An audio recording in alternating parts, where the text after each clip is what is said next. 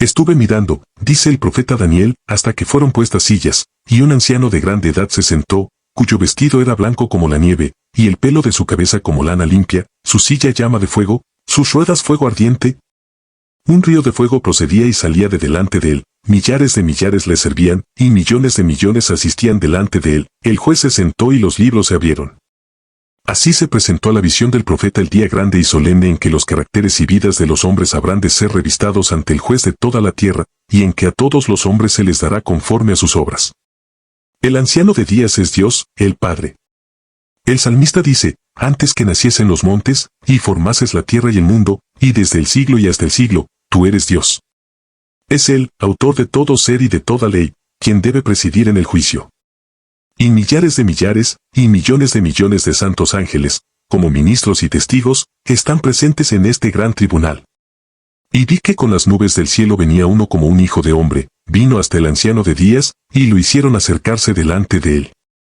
Y le fue dado dominio, gloria, y reino, para que todos los pueblos, naciones y lenguas lo sirvieran. Su dominio es dominio eterno, que nunca pasará, y su reino es uno que nunca será destruido. La venida de Cristo descrita aquí no es su segunda venida a la tierra.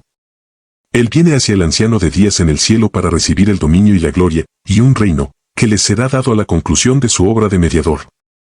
Es esta venida, y no su segundo advenimiento a la tierra, la que la profecía predijo que había de realizarse al fin de los 2.300 días, en 1844. Acompañado por ángeles celestiales, nuestro gran sumo sacerdote entra en el lugar santísimo, y allí, en la presencia de Dios, da principio los últimos actos de su ministerio en beneficio del hombre, a saber, cumplir la obra del juicio y hacer expiación por todos aquellos que resulten tener derecho a ella. En el rito típico, solo aquellos que se habían presentado ante Dios arrepintiéndose y confesando sus pecados, y cuyas iniquidades eran llevadas al santuario por medio de la sangre del holocausto, tenían participación en el servicio del día de las expiaciones. Así en el gran día de la expiación final y del juicio, los únicos casos que se consideran son los de quienes hayan profesado ser hijos de Dios. El juicio de los impíos es obra distinta y se verificará en fecha posterior. Es tiempo de que el juicio comience de la casa de Dios, y si primero comienza por nosotros, ¿qué será el fin de aquellos que no obedecen al Evangelio? Los libros del cielo, en los cuales están consignados los nombres y los actos de los hombres, determinarán los fallos del juicio. El profeta Daniel dice, el juez se sentó, y los libros se abrieron. San Juan, describiendo la misma escena en el Apocalipsis, agrega, y otro libro fue abierto, el cual es de la vida, y fueron juzgados los muertos por las cosas que estaban escritas en los libros, según sus obras. El libro de la vida contiene los nombres de todos los que entraron alguna vez en el servicio de Dios. Jesús dijo a sus discípulos, gozaos de que vuestros nombres están escritos en los cielos. Y Pablo habla de sus fieles compañeros de trabajo, cuyos nombres están en el libro de la vida. Daniel, vislumbrando un tiempo de angustia, cual nunca fue, declara que el pueblo de Dios será librado, es decir, todos los que se hallaren escritos en el libro. Y San Juan dice en el Apocalipsis que solo entrarán en la ciudad de Dios aquellos cuyos nombres están escritos en el libro de la vida del Cordero. Delante de Dios está escrito un libro de memoria, en el cual quedan consignadas las buenas obras de los que temen a Jehová, y de los que piensan en su nombre. Sus palabras de fe, sus actos de amor, están registrados en el cielo. A esto se refiere Nehemías cuando dice, acuérdate de mí, oh Dios mío, y no borres mis obras piadosas que he hecho por la casa de mi Dios. En el libro de memoria de Dios, todo acto de justicia está inmortalizado. Toda tentación resistida, todo pecado vencido, toda palabra de tierna compasión, están fielmente consignados, y apuntados también todo acto de sacrificio, todo padecimiento y todo pesar sufridos por causa de Cristo. El salmista dice, tú cuentas los pasos de mi vida errante, pon mis lágrimas en tu redoma, ¿no están en tu libro? Hay además un registro en el cual figuran los pecados de los hombres. Pues que Dios traerá toda obra a juicio juntamente con toda cosa encubierta, sea buena o sea mala. De toda palabra ociosa que hablaren los hombres, darán cuenta en el día del juicio. Dice el Salvador, por tus palabras serás justificado, y por tus palabras serás condenado. Los propósitos y motivos secretos aparecen en el registro infalible, pues Dios sacará a luz las obras encubiertas de las tinieblas, y pondrá de manifiesto los propósitos de los corazones. He aquí que esto está escrito delante de mí, vuestras iniquidades y las iniquidades de vuestros padres juntamente, dice Jehová. La obra de cada uno pasa bajo la mirada de Dios, y es registrada e imputada ya como señal de fidelidad ya de infidelidad. Frente a cada nombre, en los libros del cielo, aparecen, con terrible exactitud, cada mala palabra, cada acto egoísta, cada deber descuidado, y cada pecado secreto, con todas las tretas arteras. Las admoniciones o reconvenciones divinas despreciadas, los momentos perdidos, las oportunidades desperdiciadas, la influencia ejercida para bien o para mal, con sus abarcantes resultados, todo fue registrado por el ángel anotador. La ley de Dios es la regla por la cual los caracteres y las vidas de los hombres serán probados en el juicio. Salomón dice, teme a Dios, y guarda sus mandamientos, porque esto es la suma del deber humano. Pues que Dios traerá toda obra a juicio. El apóstol Santiago amonesta a sus hermanos diciéndoles, así hablad pues, y así obrad, como hombres que van a ser juzgados por la ley de libertad. Los que en el juicio serán tenidos por dignos, tendrán parte en la resurrección de los justos. Jesús dijo, los que serán tenidos por dignos de alcanzar aquel siglo venidero, y la resurrección de entre los muertos, son iguales a los ángeles, y son hijos de Dios, siendo hijos de la resurrección. Y además declara que los que hicieron bien saldrán a resurrección de vida. Los justos ya muertos no serán resucitados más que después del juicio en el cual habrán sido juzgados dignos de la resurrección de vida. No estarán pues presentes en persona ante el tribunal cuando sus registros sean examinados y sus causas falladas. Jesús aparecerá como el abogado de ellos, para interceder en su favor ante Dios. Si alguno hubiere pecado, abogado tenemos para con el Padre, a saber Jesucristo el justo. Porque no entró Cristo en un lugar santo hecho de mano, que es una mera representación del verdadero, sino en el cielo mismo, para presentarse ahora delante de Dios por nosotros. Por lo cual también, puede salvar hasta lo sumo a los que se acercan a Dios por medio de Él, viviendo siempre para interceder por ellos. A medida que los libros de memoria se van abriendo en el juicio, las vidas de todos los que hayan creído en Jesús pasan ante Dios para ser examinadas por Él. Empezando con los que vivieron los primeros en la tierra, nuestro abogado presenta los casos de cada generación sucesiva, y termina con los vivos. Cada nombre es mencionado, cada caso cuidadosamente investigado. Habrá nombres que serán aceptados, y otros rechazados. En caso de que alguien tenga en los libros de memoria pecados de los cuales no se haya arrepentido y que no hayan sido perdonados, su nombre será borrado del libro de la vida, y la mención de sus buenas obras será borrada de los registros de Dios. El Señor declaró a Moisés, al que haya pecado contra mí, a éste borraré de mi libro. Y el profeta Ezequiel dice, si el justo se apartare de su justicia, y cometiere maldad, todas las justicias que hizo no vendrán en memoria. A todos los que se hayan arrepentido verdaderamente de su pecado, y que hayan aceptado con fe la sangre de Cristo como su sacrificio expiatorio, se les ha inscrito el perdón frente a sus nombres en los libros del cielo. Como llegaron a ser partícipes de la justicia de Cristo y su carácter está en armonía con la ley de Dios, sus pecados serán borrados, y ellos mismos serán juzgados dignos de la vida eterna. El Señor declara por el profeta Isaías, yo soy aquel que borro tus transgresiones a causa de mí mismo, y no me acordaré más de tus pecados.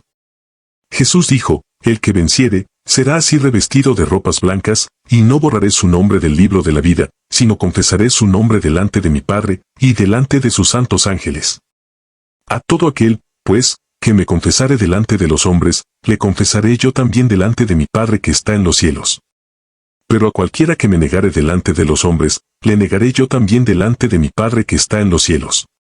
Todo el más profundo interés manifestado entre los hombres por los fallos de los tribunales terrenales no representa sino débilmente el interés manifestado en los atrios celestiales cuando los nombres inscritos en el libro de la vida desfilen ante el juez de toda la tierra. El divino intercesor aboga en favor de todos los que han vencido por la fe en su sangre para que se les perdonen sus transgresiones, a fin de que sean restablecidos en su morada edénica y coronados con el coherederos del señorío primero. Con sus esfuerzos para engañar y tentar a nuestra raza, Satanás había pensado frustrar el plan que Dios tenía al crear al hombre, pero Cristo pide ahora que este plan sea llevado a cabo como si el hombre no hubiese caído jamás. Pide para su pueblo, no solo el perdón y la justificación, plenos y completos, sino además participación en su gloria y un asiento en su trono. Mientras Jesús intercede por los súbditos de su gracia, Satanás los acusa ante Dios como transgresores. El gran seductor procuró arrastrarlos al escepticismo, hacerles perder la confianza en Dios, separarse de su amor y transgredir su ley. Ahora Él señala la historia de sus vidas, los defectos de carácter, la falta de semejanza con Cristo, lo que deshonró a su Redentor, todos los pecados que les indujo a cometer, y a causa de estos los reclama como sus súbditos. Jesús no disculpa sus pecados, pero muestra su arrepentimiento y su fe, y, reclamando el perdón para ellos, levanta sus manos heridas ante el Padre y los santos ángeles, diciendo, los conozco por sus nombres. Los he grabado en las palmas de mis manos. Los sacrificios de Dios son el espíritu quebrantado, al corazón contrito y humillado no despreciarás tú, oh Dios. Y al acusador de su pueblo le dice, Jehová te reprenda, oh Satán, un Jehová, que ha escogido a Jerusalén, te reprenda, ¿no es este un tizón arrebatado del incendio? Cristo revestirá a sus fieles con su propia justicia, para presentarlos a su Padre como una iglesia gloriosa, no teniendo mancha, ni arruga, ni otra cosa semejante. Sus nombres están inscritos en el libro de la vida, y de estos escogidos está escrito, andarán conmigo en vestiduras blancas, porque son dignos. La obra del juicio investigador y el acto de borrar los pecados deben realizarse antes del segundo advenimiento del Señor. En vista de que los muertos han de ser juzgados según las cosas escritas en los libros, es imposible que los pecados de los hombres sean borrados antes del fin del juicio en que sus vidas han de ser examinadas. Pero el apóstol Pedro dice terminantemente que los pecados de los creyentes serán borrados cuando vendrán los tiempos del refrigerio de la presencia del Señor y enviará a Jesucristo. Cuando el juicio investigador haya concluido, Cristo vendrá con su recompensa para dar a cada cual según sus obras. En el servicio ritual típico el sumo sacerdote, hecha la propiciación por Israel, salía y bendecía a la congregación. Así también Cristo, una vez terminada su obra de mediador, aparecerá sin pecado, para la salvación, para bendecir con el don de la vida eterna a su pueblo que le espera. Así como, al quitar los pecados del santuario, el sacerdote los confesaba sobre la cabeza del macho cabrío emisario, así también Cristo colocará todos estos pecados sobre Satanás, autor e instigador del pecado. El macho cabrío emisario, que cargaba con los pecados de Israel, era enviado a tierra inhabitada, así también Satanás, cargado con la responsabilidad de todos los pecados que ha hecho cometer al pueblo de Dios, será confinado durante 1000 años en la tierra entonces desolada y sin habitantes, y sufrirá finalmente la entera penalidad del pecado en el fuego que destruirá a todos los impíos. Así el gran plan de la redención alcanzará su cumplimiento en la extirpación final del pecado y la liberación de todos los que estuvieron dispuestos a renunciar al mal. En el tiempo señalado para el juicio, al fin de los 2.300 días, en 1844, empezó la obra de investigación y el acto de borrar los pecados. Todos los que hayan profesado el nombre de Cristo deben pasar por ese riguroso examen. Tanto los vivos como los muertos deben ser juzgados de acuerdo con las cosas escritas en los libros, según sus obras. Los pecados que no hayan inspirado arrepentimiento y que no hayan sido abandonados, no serán perdonados ni borrados de los libros de memoria, sino que permanecerán como testimonio contra el pecador en el día de Dios. ¿Puede el pecador haber cometido sus malas acciones a la luz del día o en la oscuridad de la noche? Eran conocidas y manifiestas para aquel a quien tenemos que dar cuenta. Hubo siempre ángeles de Dios que fueron testigos de cada pecado, y lo registraron en los libros infalibles. El pecado puede ser ocultado, negado, encubierto para un padre, una madre, una esposa, o para los hijos y los amigos. Nadie, fuera de los mismos culpables, tendrá tal vez la más mínima sospecha del mal, no deja por eso de quedar al descubierto ante los seres celestiales. La oscuridad de la noche más sombría, el misterio de todas las artes engañosas, no alcanzan a velar un solo pensamiento para el conocimiento del Eterno. Dios lleva un registro exacto de todo acto injusto y ilícito. No se deja engañar por una apariencia de piedad. No se equivoca en su apreciación del carácter. Los hombres pueden ser engañados por entes de corazón corrompido, pero Dios penetra todos los disfraces y lee la vida interior. ¡Qué pensamiento tan solemne! Cada día que transcurre lleva consigo su caudal de apuntes para los libros del cielo. Una palabra pronunciada, un acto cometido, no pueden ser jamás retirados. Los ángeles tomaron nota tanto de lo bueno como de lo malo. El más poderoso conquistador de este mundo no puede revocar el registro de un solo día siquiera. Nuestros actos, nuestras palabras, hasta nuestros más secretos motivos, todo tiene su peso en la decisión de nuestro destino para dicha o desdicha. Podremos olvidarlos, pero no por eso dejarán de testificar en nuestro favor o contra nosotros. Así como los rasgos de la fisonomía son reproducidos con minuciosa exactitud sobre la pulida placa del artista, así también está el carácter fielmente delineado en los libros del cielo. No obstante, cuán poca preocupación se siente respecto a ese registro que debe ser examinado por los seres celestiales. Si se pudiese descorrer el velo que separa el mundo visible del invisible, y los hijos de los hombres pudiesen ver a un ángel apuntar cada palabra y cada acto que volverán a encontrar en el día del juicio, ¿cuántas palabras de las que se pronuncian cada día no se dejarían de pronunciar? ¿Cuántos actos no se dejarían sin realizar? En el juicio se examinará el empleo que se haya hecho de cada talento. ¿Cómo hemos empleado el capital que el cielo nos concediera? ¿A su venida recibirá el Señor lo que es suyo con interés? ¿Hemos perfeccionado las facultades que fueran confiadas a nuestras manos, a nuestros corazones y a nuestro cerebro para la gloria de Dios y provecho del mundo? ¿Cómo hemos empleado nuestro tiempo, nuestra pluma, nuestra voz, nuestro dinero, nuestra influencia? ¿Qué hemos hecho por Cristo en la persona de los pobres, de los afligidos, de los huérfanos o de las viudas? Dios nos hizo depositarios de su santa palabra. ¿Qué hemos hecho con la luz y la verdad que se nos confió para hacer a los hombres sabios para la salvación? No se da ningún valor a una mera profesión de fe en Cristo, solo se tiene por genuino el amor que se muestra en las obras. Con todo, el amor es lo único que ante los ojos del cielo da valor a un acto cualquiera. Todo lo que se hace por amor, por insignificante que aparezca en opinión de los hombres, es aceptado y recompensado por Dios. El egoísmo escondido de los hombres aparece en los libros del cielo. Allí está el registro de los deberes que no cumplieron para con el prójimo, el desolvido de las exigencias del Señor. Allí se verá cuán a menudo fueron dados a Satanás tiempo, pensamientos y energías que pertenecían a Cristo. Harto tristes son los apuntes que los ángeles llevan al cielo. Seres inteligentes que profesan ser discípulos de Cristo están absorbidos por la adquisición de bienes mundanos o por el goce de los placeres terrenales.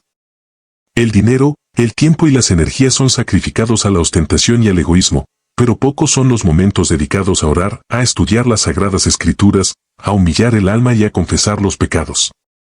Satanás inventa innumerables medios de distraer nuestras mentes de la obra en que precisamente deberíamos estar más ocupados.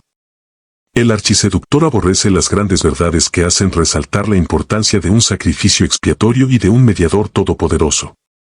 Sabe que su éxito estriba en distraer las mentes de Jesús y de su obra.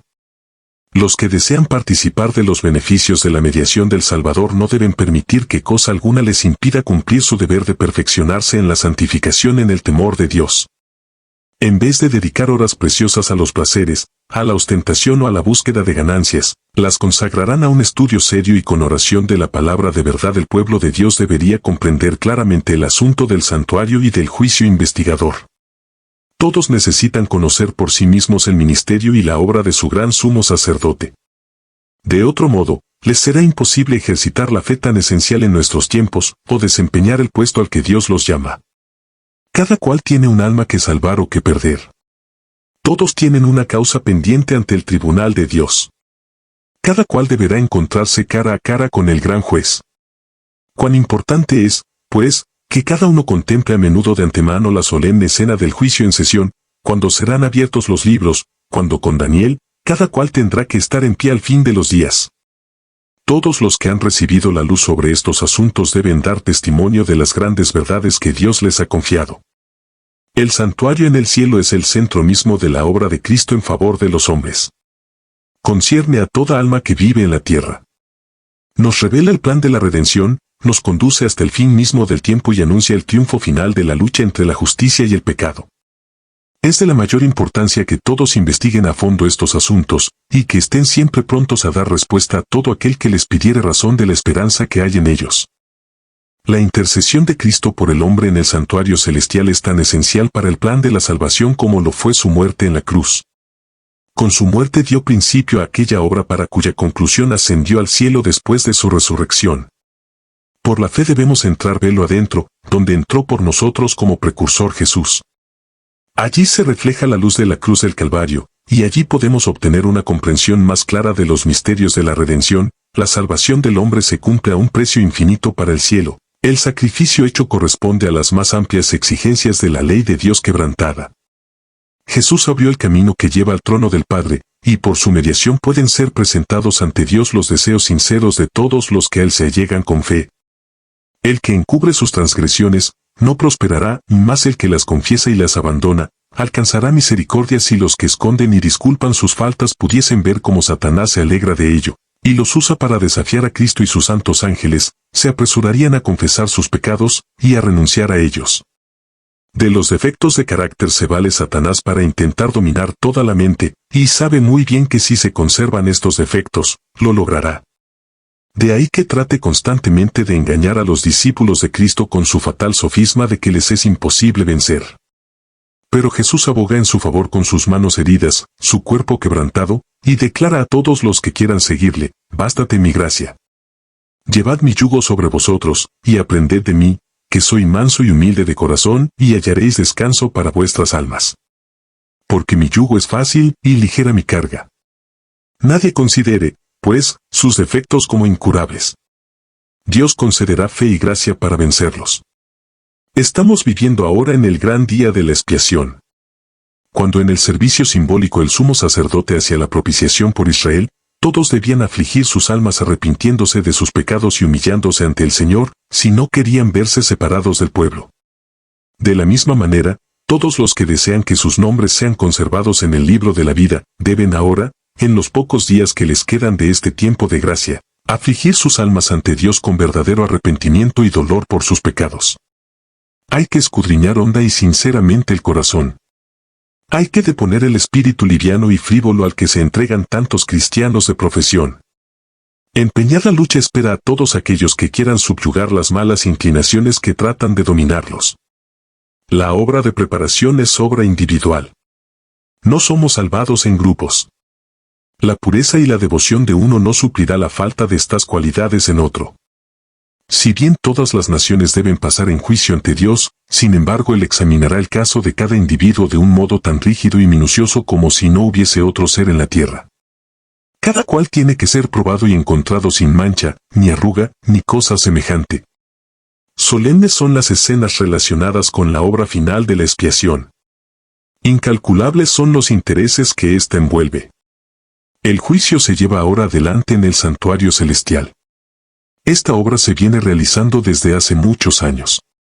Pronto, nadie sabe cuándo, les tocará ser juzgados a los vivos. En la augusta presencia de Dios nuestras vidas deben ser pasadas en revista. En este más que en cualquier otro tiempo conviene que toda alma preste atención a la amonestación del Señor: velad y orad, porque no sabéis cuándo será el tiempo. Y si no velares, vendré a ti como ladrón, y no sabrás en qué hora vendré a ti. Cuando quede concluida la obra del juicio investigador, quedará también decidida la suerte de todos para vida o para muerte. El tiempo de gracia terminará poco antes de que el Señor aparezca en las nubes del cielo. Al mirar hacia ese tiempo, Cristo declara en el Apocalipsis: el que es injusto, sea injusto aún, y el que es sucio, sea sucio aún, y el que es justo, sea justo aún, y el que es santo, sea aún santo. He aquí, yo vengo presto, y mi galardón está conmigo, para dar la recompensa a cada uno según sea su obra. Los justos y los impíos continuarán viviendo en la tierra en su estado mortal, los hombres seguirán plantando y edificando, comiendo y bebiendo, inconscientes todos ellos de que la decisión final e irrevocable ha sido pronunciada en el santuario celestial. Antes del diluvio, después que Noé hubo entrado en el arca, Dios le encerró en ella, dejando fuera a los impíos, pero por espacio de 7 días el pueblo, no sabiendo que su suerte estaba decidida, continuó en su indiferente búsqueda de placeres y se mofó de las advertencias del juicio que le amenazaba. Así, dice el Salvador, será también la venida del Hijo del Hombre. Inadvertida como ladrón a medianoche, llegará la hora decisiva que fija el destino de cada uno, cuando será retirado definitivamente el ofrecimiento de la gracia que se dirigiera a los culpables. Velad pues, no sea que viniendo de repente, os halle dormidos. Peligroso es el estado de aquellos que, cansados de velar, se vuelven a los atractivos del mundo.